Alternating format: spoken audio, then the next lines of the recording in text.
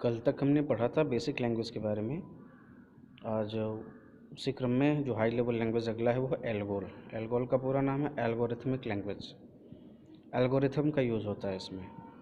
इसका विकास सन 1958 में एक इंटरनेशनल कमेटी द्वारा किया गया।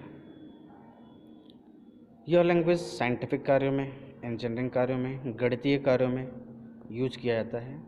यह लैंग्वेज अपने गुणों के आधार पर जो फोर्ट्रान लैंग्वेज आपने पढ़ा था, फॉर्मूला ट्रांसलेशन, उससे मिलता जुलता है। अंतर क्या है, जहाँ एक और फोर्ट्रान लैंग्वेज अमेरिका में प्रसिद्ध है, वहीं आपका एल्गोल जो है यूरोप में प्रसिद्ध है। बहुत अधिक प्रसिद्धि दोनों की है। यह लैंग्वेज मॉड्यूलर प्रोग्रामिंग की सुविधा प्रदान करती है, अतः इस लैंग्वेज का प्रयोग स्ट्रक्चर प्रोग्रामिंग में बहुत ज़्यादा मात्रा में किया जाता है। आज के दौर की जो भाषा है, जो प्रोग्रामिंग सीखने के लिए सबसे बेस्ट लैंग्वेज है, वो है सी लैंग्वेज। यह एक मिडिल लेवल लैंग्वेज है, मध्यम स्तरीय प्रोग्रामिंग भाषा है, क्योंकि यह प्रोग्रामर के निम्न स्तर पर यानी सबसे निचले स्तर पर सीधे मेमोरी पर प्रोग्रामिंग करने के साथ साथ हाई लेवल में भी प्रोग्रामिंग करने की सुविधा प्रदान करती है। इस लैंग्वेज का विकास सन 1972 में डेनिस रिची के द्वारा किया गया। यह लैंग्वेज असेंबली लैंग्वेज में प्रोग्रामिंग की भी सुविधा यानी कि असेंबली लैंग्वेज में भी इस लैंग्वेज के द्वारा प्रोग्रामिंग किया जा सकता है। यह लैंग्वेज मॉड्यूलर व स्ट्रक्चर प्रोग्रामिंग दोनों की सुविधा देती है। इस लैंग्वेज में समस्या को छोटे छोटे टास्क में तोड़ देते हैं, यानी कि बड़ा समस्या हो तो उसको छोटा छोटा बनाते हैं और प्रत्येक टास्क के लिए अलग अलग फंक्शन का यूज़ करते हैं, जिसको लिंक करने पर समस्या का समाधान भी होता है और सभी टास्क एक साथ फिर मिल करके एक नया टास्क तैयार कर लेते हैं। यह लैंग्वेज ऑपरेटिंग सिस्टम जैसे जटिल प्रोग्राम को बनाने की भी सुविधा अपना, यानी कि ऑपरेटिंग सिस्टम बनाना हो तो इस लैंग्वेज के द्वारा आसानी से बनाया जा सकता है। यूनिक्स ऑपरेटिंग सिस्टम का निर्माण इसी लैंग्वेज के द्वारा किया गया था।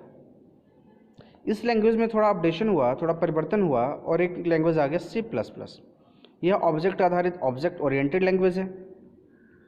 इस लैंग्वेज के विकास सन 1980 में जॉन स्ट्राउस्ट्रप के द्वारा किया गया, बेल लेबोरेटरी में, बेल की प्रयोगशाला में। इस लैंग्वेज को सी लैंग्वेज का नया वर्जन माना जाने लगा। जैसे मैंने बताया कि अपडेट वर्जन था सी लैंग्वेज का। इसमें सी लैंग्वेज के समस्त गुण तो थे, साथ में ही कुछ अन्य गुण जैसे क्लासेस, ऑपरेटर ओवरलोडिंग, इनहेरिटेंस, ये कुछ स्पेशल गुण उसमें समावेशित कर दिए गए। अगला जो लैंग्वेज है वो है हमारा जावा। जावा लैंग्वेज का विकास सन माइक्रोसिस्टम ने सन 1990 में किया था, 1990 के दशक में। इस लैंग्वेज का प्रयोग मुख्य रूप से वेब प्रोग्रामिंग के लिए करते हैं। वेब प्रोग्रामिंग, केवल प्रोग्रामिंग अलग चीज़ है। मैं थोड़ा इसलिए रुक गया कि वेब का जो वर्ड है वेबसाइट के लिए है। जावा लैंग्वेज का यूज़ वेबसाइट प्रोग्रामिंग के लिए करते हैं। और क्या करते हैं तो उस पर एप्लेट्स का निर्माण करते हैं। एप्लेट्स क्या होते हैं? छोटे छोटे प्रोग्रामों को हम एप्लेट्स कहते हैं। जावा एग्जीक्यूशन के लिए ऑटोमेटिक कोड लिखे जाते हैं, अतः यह किसी प्रकार के विशेष प्लेटफार्म के लिए बाध्य नहीं होता। अगला जो लैंग्वेज है HTML, पूरा नाम हाइपरटेक्स्ट मार्कअप लैंग्वेज। इस लैंग्वेज का प्रयोग मुख्यतः वर्ल्ड वाइड वेब के लिए वेब डॉक्यूमेंट्स यानी कि वेब पेज बनाने के लिए किसी लैंग्वेज का यूज़ करते हैं तो वो है हमारा HTML। इस लैंग्वेज का प्रयोग वेब पेज में टैग्स बनाने, फॉर्मेट करना तथा विभिन्न प्रकार के हाइपरलिंक्स को सम्मिलित करने के लिए किया जाता है। अब जो मशीनी language, assembly language, high level language के बाद, लो लेवल लैंग्वेज के बाद जो अगला लैंग्वेज आता है वो हमारा है 4th जनरेशन का लैंग्वेज, चौथी पीढ़ी की भाषाएं। इस पीढ़ी के लैंग्वेज प्रयोगकर्ता के लिए प्रयोग करना आसान है। ये नए एप्लीकेशन प्रोग्राम करने में, बनाने में सहायता करती हैं। एप्लीकेशन प्रोग्राम डाटा प्रोसेसिंग के लिए बनाए जाते हैं।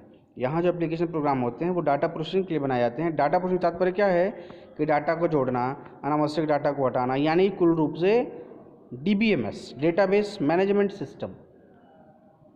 चतुर्थ पीढ़ी की लैंग्वेज डाटा प्रोसेसिंग के लिए मेन्यूज़ द्वारा संचालित स्क्रीन प्रदान करती है, जिसमें कार्य करना बहुत आसान हो जाता है। चतुर्थ पीढ़ी की लैंग्वेज नॉन प्रोसीजरल होती हैं, प्रोसेस नहीं, अर्थात यूज़र केवल कार्य को बताता है, कार्य कैसे करना है ये नहीं बताता। यह 4GL की एक विशेष कोड द्वारा निर्धारित किया जाता है कि कार्य को कैसे करना है। इस प्रकार की लैंग्वेज में कमांड देना बहुत ईजी होता है। एक ही कमांड के द्वारा हम डाटा पर आधारित विभिन्न प्रकार के रिपोर्ट बना सकते हैं तथा उसे प्रिंटर द्वारा प्रिंट भी कर सकते हैं। इस प्रकार की लैंग्वेज DBMS का प्रयोग, पहले मैंने बताया कि डेटाबेस मैनेजमेंट सिस्टम का सबसे बेस्ट यूज़ किसी लैंग्वेज पे होता है तो 4th जनरेशन की लैंग्वेज पे होता है, जिसमें डाटा को व्यवस्थित रूप से डाटा स्टोर होते हैं तथा आवश्यकता पड़ने पर हम उन्हें सुचारू रूप से प्राप्त भी कर सकते हैं। अधिकतर चतुर्थ पीढ़ी के जो लैंग्वेज हैं प्रोग्रामर को कार्य करने के लिए इंटीग्रेटेड डेवलपमेंट का वातावरण उपलब्ध कराते हैं। इंटीग्रेटेड डेवलपमेंट का वातावरण क्या है कि ये वातावरण प्रोग्रामर को किसी एक प्रोग्राम में एप्लीकेशन को डेवलपमेंट करने के लिए लगभग सभी टूल्स जो आवश्यक टूल्स होते हैं वो उपलब्ध कराता है। उनके एप्लीकेशन के लिए कंपाइलर तथा रन टाइम सपोर्ट भी वहीं उपलब्ध होते हैं। माइक्रोसॉफ्ट विजुअल स्टूडियो तथा सन का जो जावा स्टूडियो है, ये 2 कॉमर्शियल इंटीग्रेटेड डेवलपमेंट वातावरण हैं जहाँ पे 4th जनरेशन का लैंग्वेज यूज़ होता है। कुछ और लैंग्वेजेस हैं चतुर्थ पीढ़ी के, जैसे डॉट नेट माइक्रोसॉफ्ट की प्रोग्रामिंग क्षेत्र में नवीनतम कार्यों में से एक है। यह अनेक प्रोग्रामिंग लैंग्वेज जैसे visual basic, C++, JHash, C# को मिलाकर एक अलग वातावरण, एक अलग इंटीग्रेटेड डेवलपमेंट वातावरण का निर्माण करता है। डॉट नेट को केवल डेवलपर्स का लैंग्वेज कहना गलत नहीं है, स्पेशल डेवलपर्स का लैंग्वेज डॉट नेट है। डॉट नेट का प्रयोग कर डेवलपर्स विंडोज़ तथा वर्ल्ड वाइड वेब के लिए प्रोग्राम लिख सकते हैं, यानी कि विंडोज़ के लिए भी लिख सकते हैं और वेबसाइट के लिए भी लिख सकते हैं, HTML का भी काम कर सकते हैं। डॉट नेट इन सभी वातावरणों के ऑथरिंग प्रोग्राम्स को बहुत ईजी बना देता है। दूसरा जो एनवायरनमेंट होता है वो ऑथरिंग का है।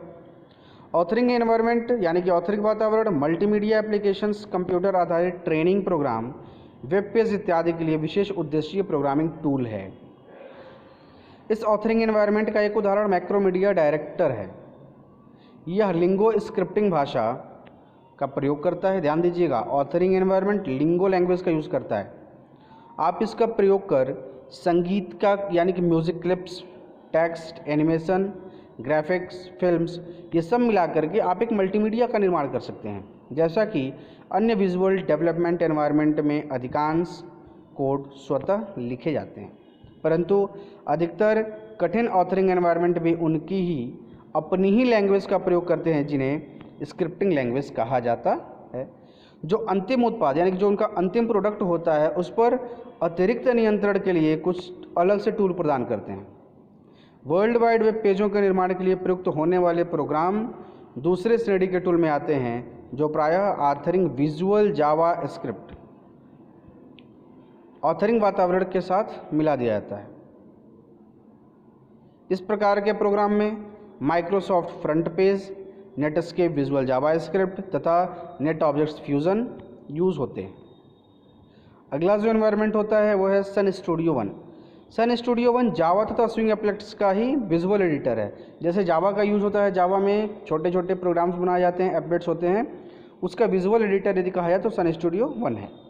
एप्लेट्स एक ऐसा प्रोग्राम होता है जो किसी वेब पेज के भीतर एग्जीक्यूट होता है, यानी कि प्रोग्राम है, छोटे छोटे प्रोग्रामों के एप्लेट्स कहते हैं, मगर यूज़ कहाँ होता है इनका, तो वेब पेज के भीतर इनका यूज़ होता है। स्टूडियो 1 पूर्ण इंटीग्रेटेड डेवलपमेंट एनवायरनमेंट प्रदान करता है।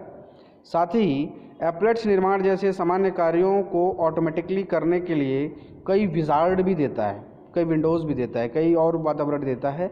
स्टूडियो 1 के साथ यह विशेष बात यह है कि यह जावा के निर्माता सन माइक्रो सिस्टम के द्वारा ही बनाया भी गया है, यानी कि जिसको जावा ने बनाया उसको ही स्टूडियो 1 को ही बनाया। तो ये आपका चैप्टर कंप्लीट हो गया। कल आपको इसका क्वेश्चन आंसर और इस लेसन का PDF भेज दिया जाएगा, उसको याद करिएगा। और पार्ट 1 से लेकर के 6 तक जहाँ तक पढ़ा दिया गया लिख लिया आप लोग।